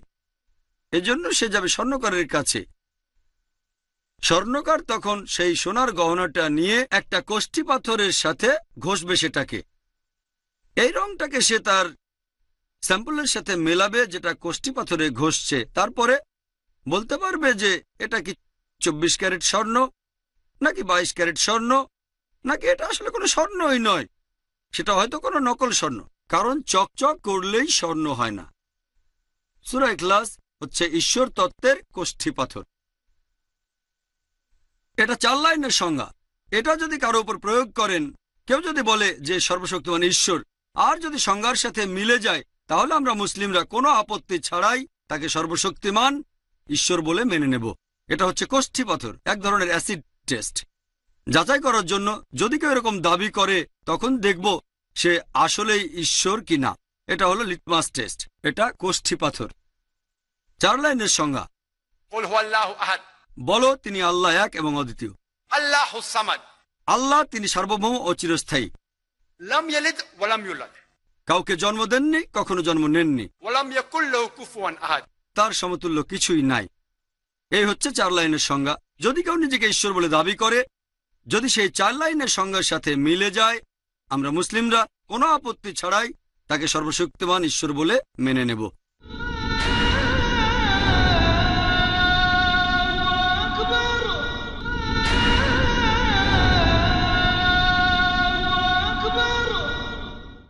যেমন ধরেন, অনেক লোকে বলে যে ভগবান রজনীশ, ওশো রজনীশ, সে নাকি সর্বশক্তিমান। আমি এখানে একটা কথা পরিষ্কার বলি, আমি বলেছি যে অনেক লোকে বলে ভগবান রজনীশ ঈশ্বর। এমন না যে হিন্দুরা বলে ভগবান রজনীশ ঈশ্বর। একবার এক প্রশ্নোত্তর পর্বে একজন হিন্দু ভদ্রলোক আমাকে বলেছিলেন যে আমরা হিন্দুরা ভগবান রজনীশকে ঈশ্বর মানি না। আমি হিন্দু ধর্মগ্রন্থ পড়েছি, আমি জানি যে হিন্দু ধর্মগ্রন্থের কোথাও রজনীশকে সর্বশক্তিমান ঈশ্বর বলেনি। আমি বলেছি কিছু লোক তাকে ঈশ্বর বলে, আর রজনীশের অনুসারীরা বিভিন্ন ধর্ম থেকে এসেছে। আসুন তাকে পরীক্ষা করি ঈশ্বর তত্ত্বের সেই কোষ্ঠী পাথর দিয়ে। সূরা ইখলাস, প্রথম পরীক্ষা, কুল হুয়াল্লাহু আহাদ। বলো তিনি আল্লাহ এক এবং অদ্বিতীয়। রজনীশ কি এক এবং অদ্বিতীয়? আমরা জানি অনেক মানুষই নিজেকে ঈশ্বর দাবি করেছে, বিশেষ করে আমাদের এই ইন্ডিয়ায়। সে অদ্বিতীয় না, তবে এরকম কিছু লোক থাকতে পারে রজনীশের শিষ্য, তারা বলবে না না, রজনীশ এক এবং অদ্বিতীয়। ঠিক আছে, এবার দ্বিতীয় পরীক্ষায় যান। আল্লাহুস সামাদ। আল্লাহ সার্বভৌম এবং চিরস্থায়ী। রজনীশ কি সার্বভৌম আর চিরস্থায়ী? তার জীবনী থেকে জানতে পারি সে ডায়াবেটিসে ভুগছিল, তারপর অ্যাজমা, পিঠে প্রচন্ড ব্যথা। সে অভিযোগ করেছিল যে আমেরিকার সরকার তাকে স্লো পয়জনিং করেছে। চিন্তা করেন, ঈশ্বরকে স্লো পয়জনিং। তৃতীয় পরীক্ষা হচ্ছে, লাম ইয়ালিদ ওয়া লাম ইউলাদ। কাউকে জন্ম দেননি, কখনো জন্ম নেননি। আমরা জানি রজনীশের বাবা মা ছিল, সে মধ্যপ্রদেশের জবলপুরে জন্মেছিল, ইন্ডিয়াতে। তবে সে অনেক বুদ্ধিমান ছিল। পরবর্তীতে তার বাবা মা তার শিষ্য হয়েছিল। আর তারপর 1981 সালে রজনীশ আমেরিকায় গেল। এরপর অরিগনে সে নিজে একটা শহর বানালো আর নাম দিল রজনীশপুরম। এভাবে আমেরিকানদের সে নাচাতে লাগলো। পরবর্তীতে আমেরিকার সরকার তাকে অ্যারেস্ট করে জেলখানায় রাখলো। কিছুদিন পরে তাকে দেশ থেকে বের করে দিল। 1985 সালে তাকে আমেরিকা থেকে বের করে দিল। সে ইন্ডিয়ায় ফিরে আসলো আর পুনাতে চালু করলো রজনীশ নিও সন্ন্যাস কমিউন। পরে সেটার নাম দেওয়া হলো ওশো কমিউন। আর আপনারা যদি পুনায় যান ওশো কমিউনে, সেখানে তার সমাধির উপরে লেখা আছে ওশো। কখনো জন্মাননি, কখনো মরেননি, তবে পৃথিবীতে ভ্রমণ করেছেন 1931 সালের 11 ডিসেম্বর থেকে 1990 এর 19 জানুয়ারি পর্যন্ত। তারা লিখতে ভুলে গেছে যে তাকে পৃথিবীর 21টারও বেশি দেশ ভিসা দেয়নি। চিন্তা করেন, সর্বশক্তিমান ঈশ্বর পৃথিবী ভ্রমণ করছেন, তার ভিসা দরকার হয়। সে সময় গ্রিসের আর্কবিশপ বলেছিলেন যে রজনীশকে যদি না তাড়ান, আমরা তার ঘর পোড়াবো, তার শিষ্যদের ঘরও পোড়াবো। এবারে শেষ পরীক্ষা। ওয়ালাম ইয়াকুল লাহু কুফুয়ান আহাদ। এটা এত কঠিন পরীক্ষা যে আল্লাহ সুবহানাহু ওয়া তাআলা ছাড়া অন্য কারো পক্ষে এটা পাশ করা একেবারেই অসম্ভব। বলা হয়েছে তার সমতুল্য কিছুই নেই। যখনই আপনি চিন্তা করবেন, যখন ঈশ্বরের সম্পর্কে মনে মনে কোনো ছবি আঁকবেন, সে ঈশ্বর নয়। আর আমরা জানি যে রজনীশ আমাদের মতো একজন মানুষ ছিল। তার ছিল এক মাথা, দুই হাত, দুই পা, দুই চোখ, একটা নাক, একটা মুখ, লম্বা ঝোলানো দাড়ি, লম্বা চুল। অবশ্যই সে সর্বশক্তিমান ঈশ্বর না। ওয়ালাম ইয়াকুল লাহু কুফুয়ান আহাদ। তার সমতুল্য কিছুই নেই। আর এই পরীক্ষা, ওয়ালাম ইয়াকুল লাহু কুফুয়ান আহাদ, এটা এতই কঠিন যে আল্লাহ ছাড়া আর কেউ এতে পাশ করতে পারবে না। ধরেন কেউ হয়তো বলল যে আর্নল্ড শোয়ার্জনেগার, আপনারা তাকে চেনেন, যাকে বলা হতো পৃথিবীর সবচেয়ে শক্তিশালী মানুষ। টাইটেল দেওয়া হয়েছিল মিস্টার ইউনিভার্স। ধরেন কেউ যদি বলে যে সর্বশক্তিমান ঈশ্বর এই আর্নল্ড শোয়ার্জনেগারের চেয়ে 1000 গুণ বেশি শক্তিশালী। যখন ঈশ্বরকে তুলনা করবেন কোনো কিছুর সাথে, হোক সেটা আর্নল্ড শোয়ার্জনেগার, হোক সেটা দারা সিং বা কিংকং, হোক 1000 গুণ বা লক্ষ গুণ, যখনই আপনি সর্বশক্তিমান ঈশ্বরকে তুলনা করবেন অন্য কিছুর সাথে, তাহলে সে আর ঈশ্বর না। ওয়ালাম ইয়াকুল লাহু কুফুয়ান আহাদ। তাঁর সমতুল্য আর কিছুই নাই। ঈশ্বরের এই 4 লাইনের সংজ্ঞা দেওয়া আছে পবিত্র কোরআনে সূরা ইখলাস, যেটা হচ্ছে ঈশ্বর তত্ত্বের কোষ্ঠী পাথর। আমরা মুসলিমরা আমরা আল্লাহ সুবহানাহু ওয়া তাআলাকে আরবি শব্দ আল্লাহ বলে ডাকি, ইংরেজি শব্দ গড ব্যবহার করি না। কারণ আরবিতে এই আল্লাহ শব্দটা বিশুদ্ধ, একেবারে আলাদা। অন্যদিকে ইংরেজি শব্দ গড, এটা দিয়ে অনেক কিছু করা যায়, এই শব্দটাকে নিয়ে খেলা করা যায়। যদি আপনি গডের সাথে এস যোগ করেন তাহলে সেটা হবে গডস, গডের বহুবচন। ইসলামে আল্লাহর কোনো বহুবচন নেই। কুল হুয়াল্লাহু আহাদ, বলো তিনি আল্লাহ এক এবং অদ্বিতীয়। যদি গডের সাথে DESS যোগ করেন তাহলে সেটা হবে গডেস, মহিলা গড। ইসলামে পুরুষ আল্লাহ বা মহিলা আল্লাহ বলে কিছু নেই। আল্লাহ একেবারে আলাদা, তার কোনো জেন্ডার নেই। যদি গডের সাথে ফাদার শব্দটা যোগ করেন তাহলে সেটা হবে গড ফাদার, সে আমার গড ফাদার, সে আমার অভিভাবক। ইসলামে আল্লাহ ফাদার বলে কিছু নেই বা আল্লাহ আব্বা বলে কিছু নেই। যদি গডের সাথে মাদার যোগ করেন সেটা হবে গড মাদার। ইসলামে আল্লাহ মাদার বা আল্লাহ আম্মি বলে কিছু নেই। আল্লাহ সম্পূর্ণ আলাদা শব্দ, এটা বিশুদ্ধ শব্দ। যদি গডের আগে 3 শব্দ যোগ করেন সেটা হবে 3 গড। ইসলামে 3 গড বলে কিছু নেই। সেই কারণেই আমরা মুসলিমরা আমরা আল্লাহ সুবহানাহু ওয়া তাআলাকে ডাকি আল্লাহ বলে, ইংরেজিতে গড বলে আমরা ডাকি না। তবে যদি কিছু মুসলিম শব্দটা ব্যবহার করে অমুসলিমদের সাথে কোনো কথা বলার সময়, আমার কোনো আপত্তি নেই। কারণ অমুসলিমরা হয়তো আল্লাহ শব্দের অর্থ বুঝবে না, সেজন্য যদি কেউ আল্লাহকে বোঝাতে গড বলে থাকে আমার কোনো আপত্তি নেই। তবে এখানে সঠিক শব্দটা হচ্ছে আল্লাহ। আর পবিত্র কোরআনে সূরা ইসরা অধ্যায় নম্বর 17 আয়াত নম্বর 110, কুলিদুল্লাহ আবিদুর রহমান আইয়ামা তাদউ ফালাহুল আসমাউল হুসনা। তোমরা তাকে আল্লাহ নামে ডাকো অথবা রহমান নামে, তোমরা তাকে যে নামেই ডাকো না কেন, নিশ্চয়ই সকল সুন্দর নাম সমূহ তো তাঁরই। আপনারা আল্লাহ সুবহানাহু ওয়া তাআলাকে যে কোনো নামে ডাকতে পারেন, তবে সেটা একটা সুন্দর নাম হতে হবে, এতে মনে কোনো ছবি ভেসে উঠবে না। আর আপনারা আমাদের পবিত্র কোরআনে আল্লাহ তাআলার এরকম কমপক্ষে 99টা বৈশিষ্ট্যের নাম পাবেন। কমপক্ষে 99টা আলাদা বৈশিষ্ট্য আল্লাহ সুবহানাহু ওয়া তাআলার, এগুলো আছে পবিত্র কোরআনে।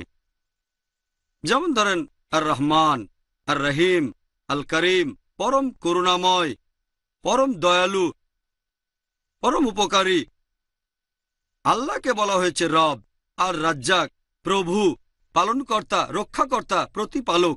এরকম কমপক্ষে 99টা আলাদা বৈশিষ্ট্য পবিত্র কোরআনে দেওয়া হয়েছে আল্লাহ সুবহানাহু ওয়া তাআলার উদ্দেশ্যে।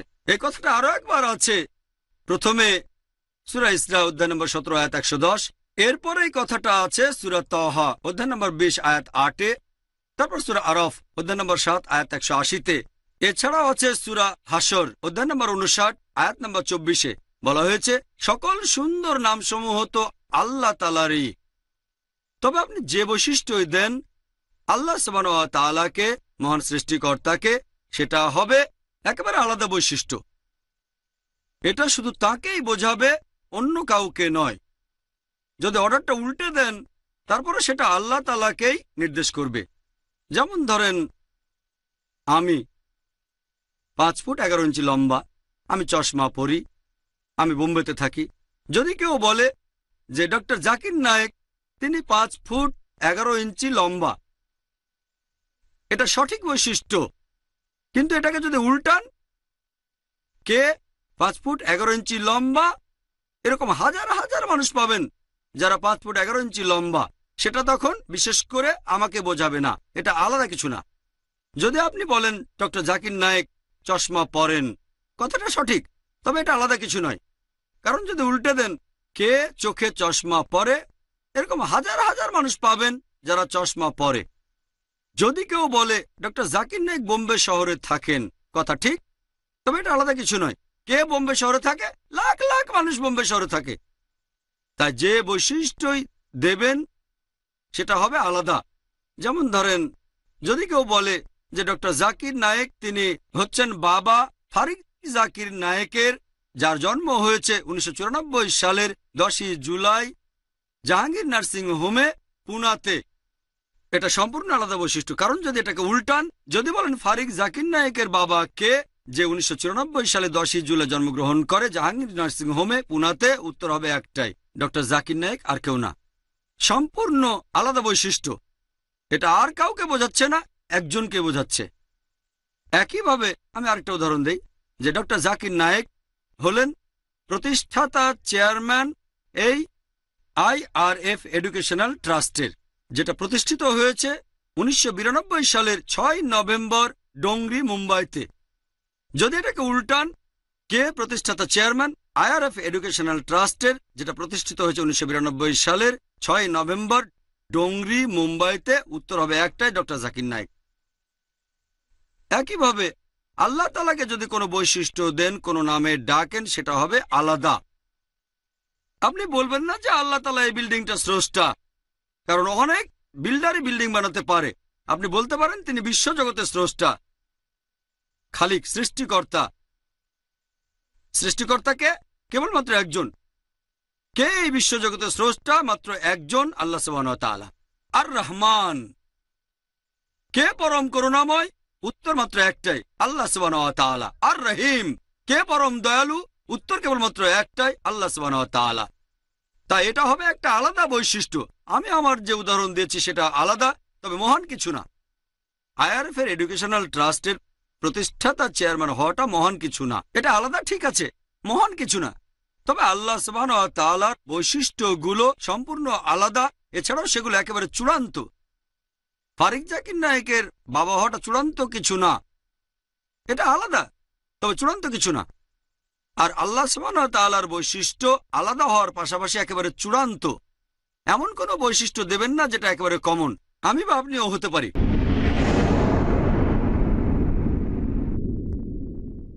যদি কেউ বলে ডক্টর জাকির নায়েক বোম্বে শহরে থাকেন, কথা ঠিক, তবে এটা আলাদা কিছু নয়। কে বোম্বে শহরে থাকে? লাখ লাখ মানুষ বোম্বে শহরে থাকে।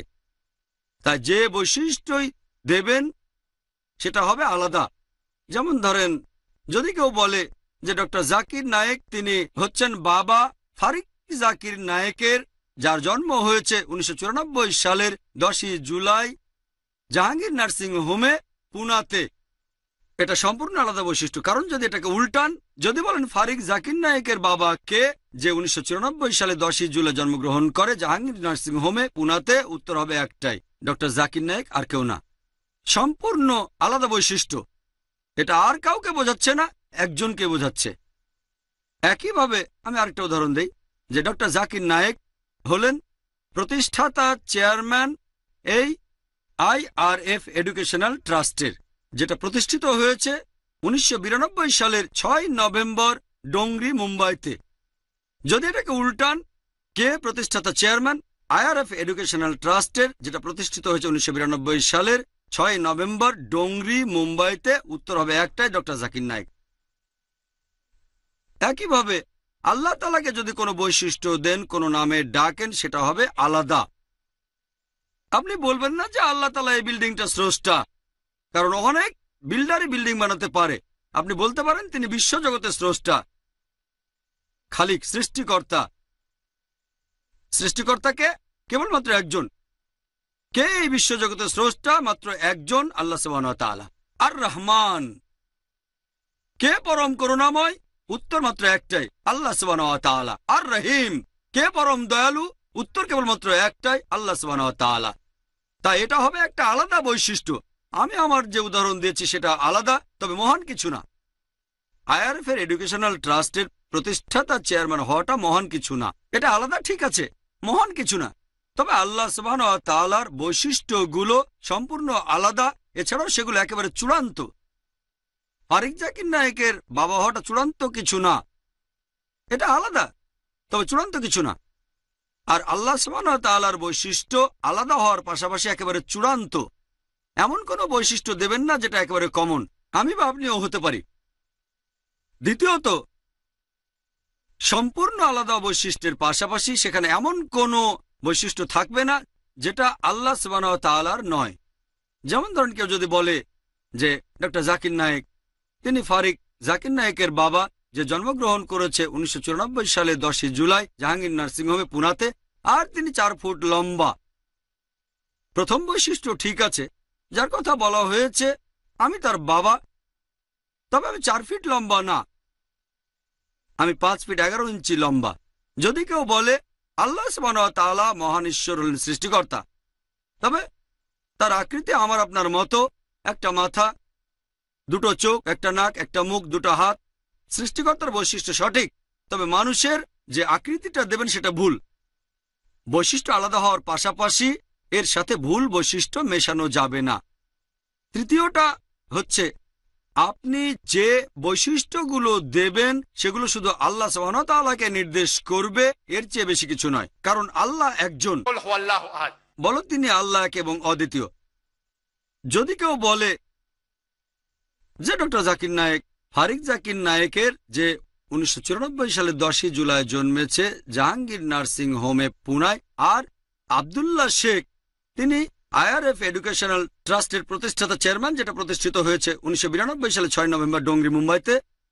আমার একটা বৈশিষ্ট্যের কথা সঠিক, তবে আমার আরেকটা বৈশিষ্ট্য অন্য লোককে দেওয়া হয়েছে যেটা আমি না। আব্দুল্লাহ শেখ আর ডক্টর জাকির নায়েক এক মানুষ না, তাই বলতে পারবেন না যে খালিক সৃষ্টিকর্তা তিনি এক ঈশ্বর, অন্যদিকে আর রহিম পরম করুণাময় আরেকজন ঈশ্বর। যদি কেউ বলে বৃষ্টির ঈশ্বর আলাদা, মেঘের ঈশ্বর আলাদা, সূর্যের ঈশ্বর আলাদা, সৃষ্টিকর্তা আলাদা, পালনকর্তা আলাদা, এটা সম্পূর্ণ ভুল। বৈশিষ্ট্যগুলো সত্য, তবে এগুলো নির্দেশ করবে শুধুমাত্র একজনকে, আর কাউকে না। লোকে প্রশ্ন করতে পারে এতে সমস্যা কি যদি একাধিক ঈশ্বর থাকে? বহু ঈশ্বরে বিশ্বাসীরা বলবে ডক্টর জাকির নায়েক, অনেকজন ঈশ্বর থাকলে সমস্যা কোথায়? যদি অনেক ঈশ্বর থাকে তাহলে তাদের মধ্যে লড়াই চলবে, একে অন্যকে হারাতে চাইবে আর নিজেদের আইন প্রতিষ্ঠা করার চেষ্টা করে যাবে। লোকে বলতে পারে আমরা ভাগ করে দিয়েছি, একজন হলেন বৃষ্টির ঈশ্বর, আরেকজন সূর্যের ঈশ্বর, আরেকজন সবকিছু সৃষ্টি করেছেন, আরেকজন ঈশ্বর পালনকর্তা। যদি এভাবে ভাগ করে অনেক ঈশ্বর বানাই, তার মানে একজন ঈশ্বর অন্য আরেকজন ঈশ্বরের কাজ করতে পারে না, অন্য ঈশ্বরের জ্ঞান তার মধ্যে নেই, তার মানে একজন অসম্পূর্ণ ঈশ্বর। এটা কোনো চূড়ান্ত ঈশ্বর না, আর এ ধরনের অসম্পূর্ণ ঈশ্বর আমরা বিশ্বাস করি না। এমন ঈশ্বরে বিশ্বাস করি যিনি একেবারে চূড়ান্ত, সবার উপরে। আমরা বিভিন্ন ধর্মে প্রচলিত পৌরাণিক কাহিনীতে দেখি অনেক ঈশ্বর নিজেদের মধ্যে লড়াই করছে, একজন আরেকজনকে মেরে ফেলছে, একজন আরেকজনকে সাহায্য করছে অন্যজনকে হারানোর জন্য। এটা পৌরাণিক কাহিনীতে দেখবেন। পবিত্রকরণের ব্যাপারে বলছে সূরা আম্বিয়া অধ্যায় নম্বর 21 আয়াত নম্বর 22। এখানে বলা হয়েছে যদি আল্লাহ তাআলা ব্যতীত অনেক ইলাহ থাকত তাহলে তারা অবশ্যই দ্বিধাদ্বন্দ্বে পড়ে যেত। আর আমরা জানি বিশ্বজগতের ব্যাপারে কোনো দ্বিধাদ্বন্দ্ব নেই, বিশ্বজগৎ পুরোপুরি তার নিজের গতিতে চলছে। এরপর বলা হয়েছে সূরা মুমিনুন অধ্যায় নম্বর 23 আয়াত নম্বর 91 যে আল্লাহ তাআলা কোনো সন্তান গ্রহণ করেননি এবং তার অন্য কোনো শরীক নেই। যদি আল্লাহ ব্যতীত আরো অনেক ইলাহ থাকতো তাহলে প্রত্যেক ইলাহ নিজেদের সৃষ্টি নিয়ে আলাদা হয়ে যেত, একে অন্যের উপর প্রাধান্য দেখাতো। আর সেজন্য ঈশ্বর অবশ্যই থাকবেন মাত্র একজন। আপনারা ভালো করে দেখবেন পৃথিবীর যেসব ধর্মে সর্বশক্তিমান ঈশ্বরের কথা বলা হয়েছে সবগুলো ধর্ম আসলে এক ঈশ্বরে বিশ্বাস করে, যে সর্বশক্তিমান ঈশ্বর একজন। যে ধর্মে সর্বশক্তিমান ঈশ্বর সম্পর্কে বলা হয়েছে সেগুলোর প্রত্যেকেই আসলে এক ঈশ্বরের কথাই বলেছে সব সময়। একেবারে উপরের স্তরে, নিচের স্তরে হয়তো অন্যরকম হতে পারে, তবে উপরের স্তরে প্রত্যেক ধর্মই মাত্র একজন ঈশ্বরে বিশ্বাস করে।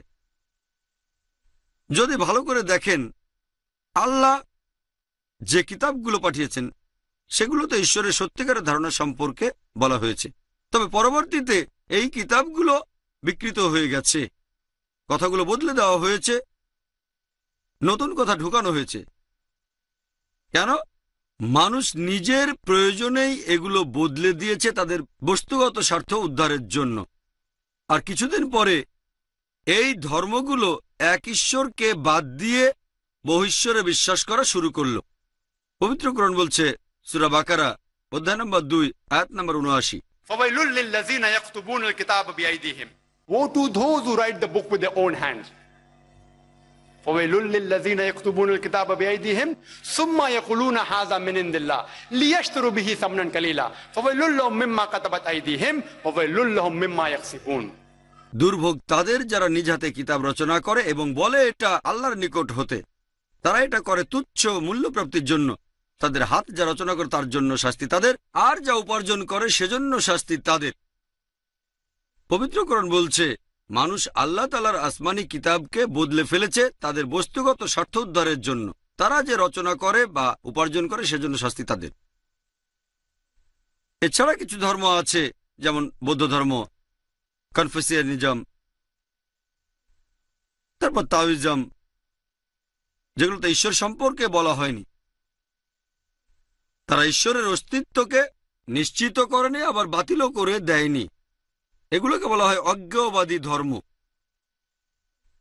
এবাদে আরো কিছু ধর্ম আছে যেমন জৈন ধর্ম, এগুলো নাস্তিক্যবাদী। এসব ধর্ম ঈশ্বরের অস্তিত্বকেই অস্বীকার করে। এবারে নাস্তিকের কাছে কিভাবে প্রমাণ করব বা অজ্ঞেয়বাদীর কাছে যে আল্লাহ সুবহানাহু ওয়া তাআলা আছেন? আপনারা আমার ভিডিও ক্যাসেট দেখতে পারেন, কোরআন কি আল্লাহ তাআলার বাণী, পার্ট 1 এবং 2। এই লেকচারটা দিয়েছিলাম প্রায় 2 বছর আগে এই অডিটোরিয়ামেই। 2 বছর আগে একই অডিটোরিয়াম, বিড়লা মাথুশ্রী। সেখানে আমি প্রমাণ করেছি নাস্তিকের কাছে, অজ্ঞেয়বাদীর কাছে, তারপর মুসলিম, খ্রিস্টান, বৌদ্ধ, জৈন, হোক সে একজন বিজ্ঞানী, সবার কাছে যুক্তি আর বিজ্ঞান দিয়ে প্রমাণ করেছি পবিত্র কোরআনের উপর ভিত্তি করে যে আল্লাহ সুবহানাহু ওয়া তাআলা অবশ্যই আছেন। যদি জানতে চান নাস্তিক বা অজ্ঞেয়বাদীর কাছে কিভাবে প্রমাণ করবেন যে আল্লাহ সুবহানাহু ওয়া তাআলা আছেন, তাহলে আমার ভিডিও ক্যাসেট দেখতে পারেন, পার্ট 1 আর পার্ট 2। ইসলাম ধর্মে আমরা বিশ্বাস করি তাওহীদে। তাওহীদ মানে শুধু এক ঈশ্বরেই বিশ্বাস নয়, শুধুমাত্র একজন ঈশ্বরে বিশ্বাস করলেই চলবে না, এই শব্দটার ব্যাপক অর্থ আছে। তাওহীদ মানে একত্ববাদ, এক ঈশ্বরে বিশ্বাস রাখা। এই শব্দটা এসেছে আরবি শব্দ ওয়াহাদা থেকে, যার অর্থ একত্রিত করা, একতাবদ্ধ হওয়া, সবাই মিলিত হওয়া। আর তাওহীদের মোট 3টা ক্যাটাগরি আছে। প্রথমটা হচ্ছে তাওহীদ আর রুবুবিয়া। এটা এসেছে আরবি শব্দ রব থেকে, যার অর্থ প্রভু, পালনকর্তা, রক্ষাকর্তা। এর অর্থ এক আল্লাহর ব্যাপারে একতা বজায় রাখা। আর এখানে মূল ধারণাটা হচ্ছে আল্লাহ সুবহানাহু ওয়া তাআলা অস্তিত্ব আছে এমন সবকিছু তিনি সৃষ্টি করেছেন। তিনি কোনো কিছু বা কোনো মানুষের উপর নির্ভরশীল নন, কিন্তু সবকিছু আর সব মানুষই তার উপর নির্ভরশীল। তিনি সার্বভৌম, আর অন্য যা কিছু আছে সবকিছুই নির্ভরশীল এবং সেগুলো ক্ষণস্থায়ী, বিভিন্ন শর্ত মেনে চলে।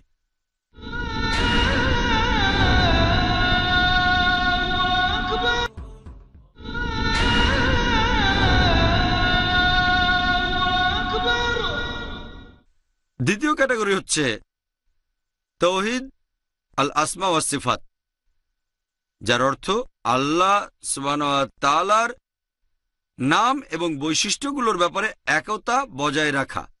এই ক্যাটাগরিতে মূলত 5টা পয়েন্ট আছে। 1 নম্বর, আল্লাহকে সেই নামে ডাকতে হবে যে নামে আল্লাহ অথবা রাসূল সাল্লাল্লাহু আলাইহি সাল্লাম আল্লাহর বর্ণনা দিয়েছেন।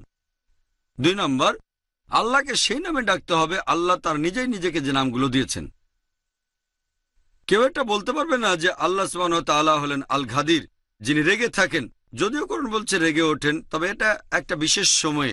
আপনি বলতে পারবেন না যিনি রেগে থাকেন, কারণ আল্লাহ এবং তার রাসূল আল্লাহ সুবহানাহু ওয়া তাআলাকে এভাবে বর্ণনা করেননি।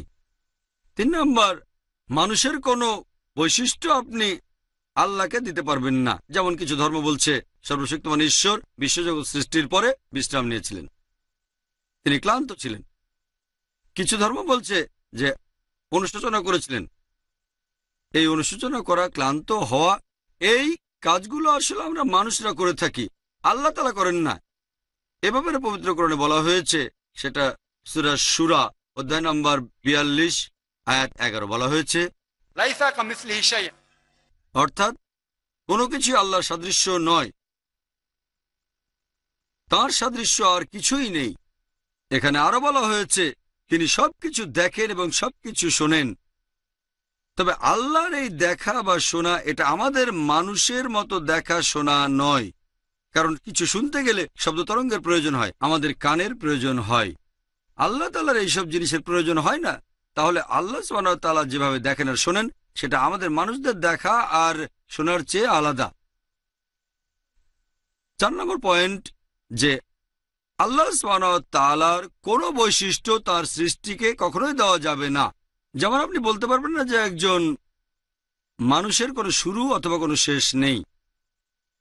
একজন মানুষ কখনো মরবে না, সে চিরস্থায়ী। আপনারা এরকম বৈশিষ্ট্য মানুষকে বা আল্লাহ তাআলার কোনো সৃষ্টিকে কখনোই দিতে পারবেন না।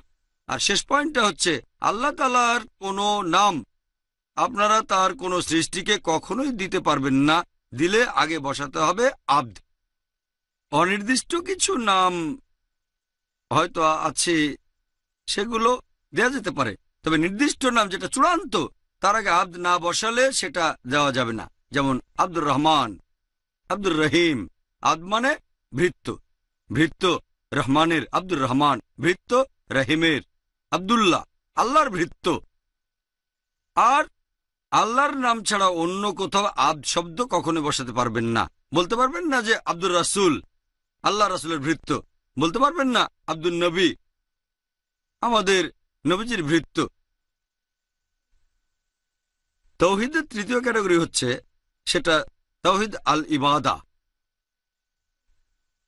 ইবাদা শব্দটা এসেছে আরবি শব্দ আব্দ থেকে, যার অর্থ দাস, ভৃত্য।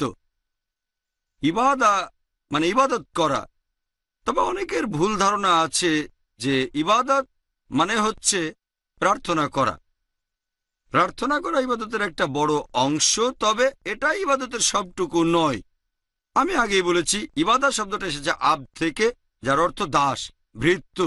তাহলে ইবাদত মানে আপনি আল্লাহ তাআলার আদেশগুলো যদি মেনে চলেন তাহলে ইবাদত করছেন। যে কাজগুলো আল্লাহ করতে নিষেধ করেছেন সেগুলো যদি না করেন তাহলে সেটাও ইবাদত করছেন। তাহলে ইবাদত মানে শুধু প্রার্থনা করায় নয়, এর অর্থ আরো ব্যাপক। ইবাদত হচ্ছে আল্লাহ সুবহানাহু ওয়া তাআলার আদেশগুলো মেনে চলা। তৃতীয় ক্যাটাগরি যদি মেনে না চলেন তার মানে তাওহীদ আল ইবাদা, অর্থাৎ ইবাদতের ব্যাপারে একতা বজায় রাখা। যদি শুধু প্রথম দুটো ক্যাটাগরি মেনে চলেন সেটা মূল্যহীন। কারণ পবিত্র কোরআন বলছে আমাদের নবীজির সময়ে আরবে কিছু মূর্তি পূজারী ছিল যারা প্রথম দুটো ক্যাটাগরি বিশ্বাস করত, অর্থাৎ তাওহীদ আর রুবুবিয়া এবং তাওহীদ আল আসমা ওয়াস সিফাত। তবে তৃতীয় ক্যাটাগরি না, এজন্য তাদেরকে বলা হতো মুশরিক বা কাফির, মূর্তি পূজারী যারা দিনকে প্রত্যাখ্যান করে। পবিত্র কোরআন বলছে সূরা ইউনূস অধ্যায় নম্বর 10 আয়াত নম্বর 31, বলো কে তোমাদেরকে আকাশ ও পৃথিবী হতে জীবনের উপকরণ দিয়ে থাকেন, অথবা কে আছেন যিনি সবকিছু দেখেন এবং শোনেন, আর কে জীবিতকে মৃত হতে বের করেন এবং মৃতকে নতুন করে আবার জীবন দিয়ে থাকেন, কে আছেন যিনি বিশ্বজগতের সবকিছু নিয়ন্ত্রণ করেন। তখন তারা বলবে আল্লাহ। তারপরেও কি তোমরা সাবধান হবে না? কেন ইবাদত করবে না? একই রকম কথা আবারও আছে সূরা যুখরুফ অধ্যায় নম্বর 43 আয়াত নম্বর 87। যদি তাদেরকে জিজ্ঞেস করো কে তাদের সৃষ্টি করেছে, তারা বলবে আল্লাহ।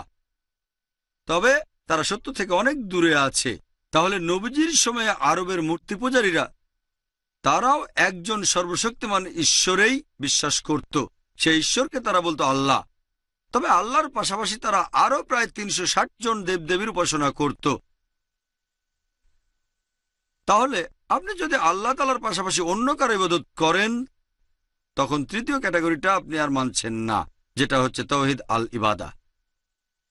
আর তাওহীদের যে কোনো একটা ক্যাটাগরি যদি কখনো কেউ বাদ দেয়, অর্থাৎ এই তিনটা ক্যাটাগরির যে কোনো একটাতে যদি কোনো পয়েন্ট বাদ পড়ে যায় তাহলে সেটাকে বলা হয় শিরক।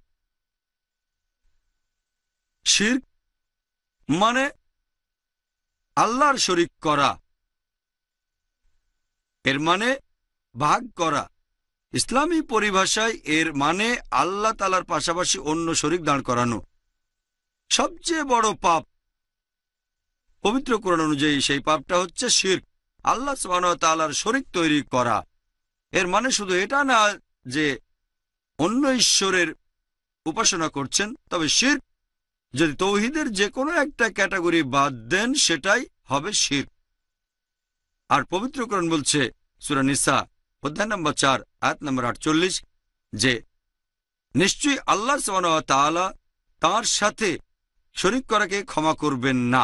এটা বাদে অন্যান্য অপরাধ তিনি চাইলে ক্ষমা করতে পারেন, তবে তার সাথে শরীক করাকে আল্লাহ তাআলা কখনোই ক্ষমা করবেন না। একই কথা আবার বলা হয়েছে সূরা নিসা অধ্যায় নম্বর 4 আয়াত নম্বর 116 যে যারা আল্লাহ তাআলার সাথে শরীক করার মতো পাপ করে আল্লাহ তাআলা তাদের কখনোই ক্ষমা করবেন না। এটা ব্যতীত অন্য অপরাধ তিনি চাইলে ক্ষমা করতে পারেন, তবে যারা আল্লাহর সাথে অন্য কাউকে শরীক করে তারা সত্য থেকে অনেক দূরে সরে যায়। এটা আছে সূরা মাইদা অধ্যায় নম্বর 5 আয়াত 72। লাকাদ কাফরাল্লাযীনা ক্বালু ইন্নাল্লাহা হুয়াল মাসীহু ইবনু মারইয়াম। অর্থাৎ তারা কুফরি করছে যারা একথা বলে যে যীশুখ্রিস্ট হলেন আল্লাহ, মরিয়মের পুত্র। ওয়াকাল আল মাসীহ, অথচ খ্রিস্ট বলেছেন ইয়া বনি ইসরাঈল, হে বনী ইসরাইল, উবুদুল্লাহ আল্লাহর ইবাদত করো, রাব্বি ওয়া রাব্বুকুম, যিনি আমার ও তোমাদের প্রভু। ইন্নাহু মান ইউশরিক বিল্লাহ, যদি কেউ আল্লাহর সাথে কাউকে শরীক করে ফাকাদ হারামাল্লাহু আলাইহিল জান্নাহ, আল্লাহ তাদের জন্য বেহেশত নিষিদ্ধ করে দেবেন, ওয়া মাওয়াহুন নার ওয়া মা লিয-যালিমিন মিন আনসার, আর দোজখের আগুন হবে তার আবাস, আর পরকালে তার জন্য কোনো সাহায্যকারী থাকবে না। পবিত্র কোরআন বলছে যে যীশুখ্রিস্ট তার নিজের মুখে বলেছেন ইন্নাহু মান ইউশরিক বিল্লাহ, যদি কেউ আল্লাহর সাথে কাউকে শরীক করে ফাকাদ হারামাল্লাহু আলাইহিল জান্নাহ, আল্লাহ তার জন্য বেহেশত নিষিদ্ধ করে দেবেন, ওয়া মাওয়াহুন নার ওয়া মা লিয-যালিমিন মিন আনসার, দোজখের আগুন হবে তার আবাস, আর পরকালে তার জন্য কোনো সাহায্যকারী থাকবে না।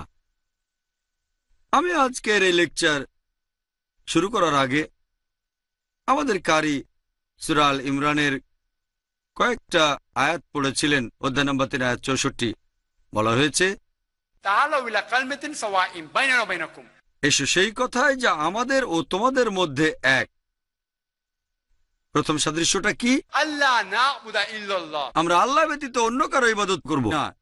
এখানে বলা হয়নি আমরা শুধুমাত্র এক আল্লাহকে বিশ্বাস করি। বিশ্বাস করাটা যথেষ্ট নয়, বলা হয়েছে আল্লাহ না'বুদা ইল্লাল্লাহ, আমরা আল্লাহ ছাড়া কারো ইবাদত করব না, ওয়ালা নুশরিকা বিহি শাইআন, আমরা অন্য কাউকে তার শরীক করব না। তাহলে শুধুমাত্র এক আল্লাহকে বিশ্বাস করা এতটুকু যথেষ্ট নয়। এছাড়াও আমরা শুধুমাত্র তার ইবাদত করব, অন্য আর কাউকে নয়। আল্লাহর কোনো শরীক দাঁড় করাবো না। পবিত্র কোরআন বলছে সূরা আনাম অধ্যায় 6 আয়াত 108, আল্লাহকে ছেড়ে তারা যাদেরকে ডাকে তাদের তোমরা গালি দিও না, কারণ তারাই সীমালঙ্ঘন করে অজ্ঞানতাবশত আল্লাহ সুবহানাহু ওয়া তাআলাকে গালি দিয়ে দেবে। পবিত্র কোরআন বলছে সূরা লুকমান অধ্যায় নম্বর 31 আয়াত নম্বর 27, যদি পৃথিবীর সবগুলো গাছকে কলম বানানো হয় আর সমুদ্রের পানিকে কালি, যদি সেখানে আরো 7 সমুদ্র যোগ হয়, তারপর আল্লাহ সুবহানাহু ওয়া তাআলার বাণী লিখে কখনোই শেষ করা যাবে না, কারণ তিনি পরাক্রমশালী এবং প্রজ্ঞাময়। আমার লেকচার শেষ করার আগে পবিত্র কোরআনের আরেকটা উদ্ধৃতি দেব। সূরা আল হজ অধ্যায় নম্বর 22 আয়াত নম্বর 73 বলা হয়েছে, হে মানুষ, তোমাদেরকে একটা উপমা দেয়া হচ্ছে, মন দিয়ে শোনো। তোমরা আল্লাহ সুবহানাহু ওয়া তাআলার পরিবর্তে যাদেরকে ডেকে থাকো তারা তো একটা মাছিও সৃষ্টি করতে পারবে না। একটা মাছিও সৃষ্টি করতে পারবে না যদি তারা সবাই একসাথে বসে। আর যদি সেই মাছি তাদের কোনো কিছু নিয়ে চলে যায়, তারা সেই জিনিসটি উদ্ধার করতেও পারবে না। যারা আবেদন করে তারা কত দুর্বল, যাদের কাছে আবেদন করে তারাও কত দুর্বল। ওয়া আখিরু দাওয়ানা আলহামদুলিল্লাহি রাব্বিল আলামিন।